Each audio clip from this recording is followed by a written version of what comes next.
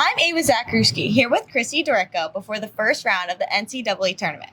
Kristi, with this being your second time going into the tournament, first as a freshman and now as a senior, how have you matured as a player and how has that impacted your mindset going into this tournament?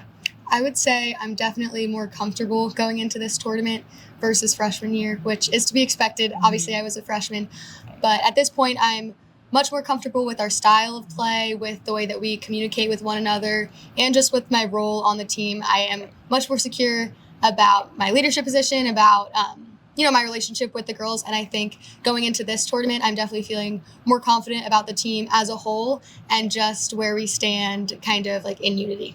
And what has the team's mentality been throughout the playoffs, and how are you carrying that mentality going into this weekend?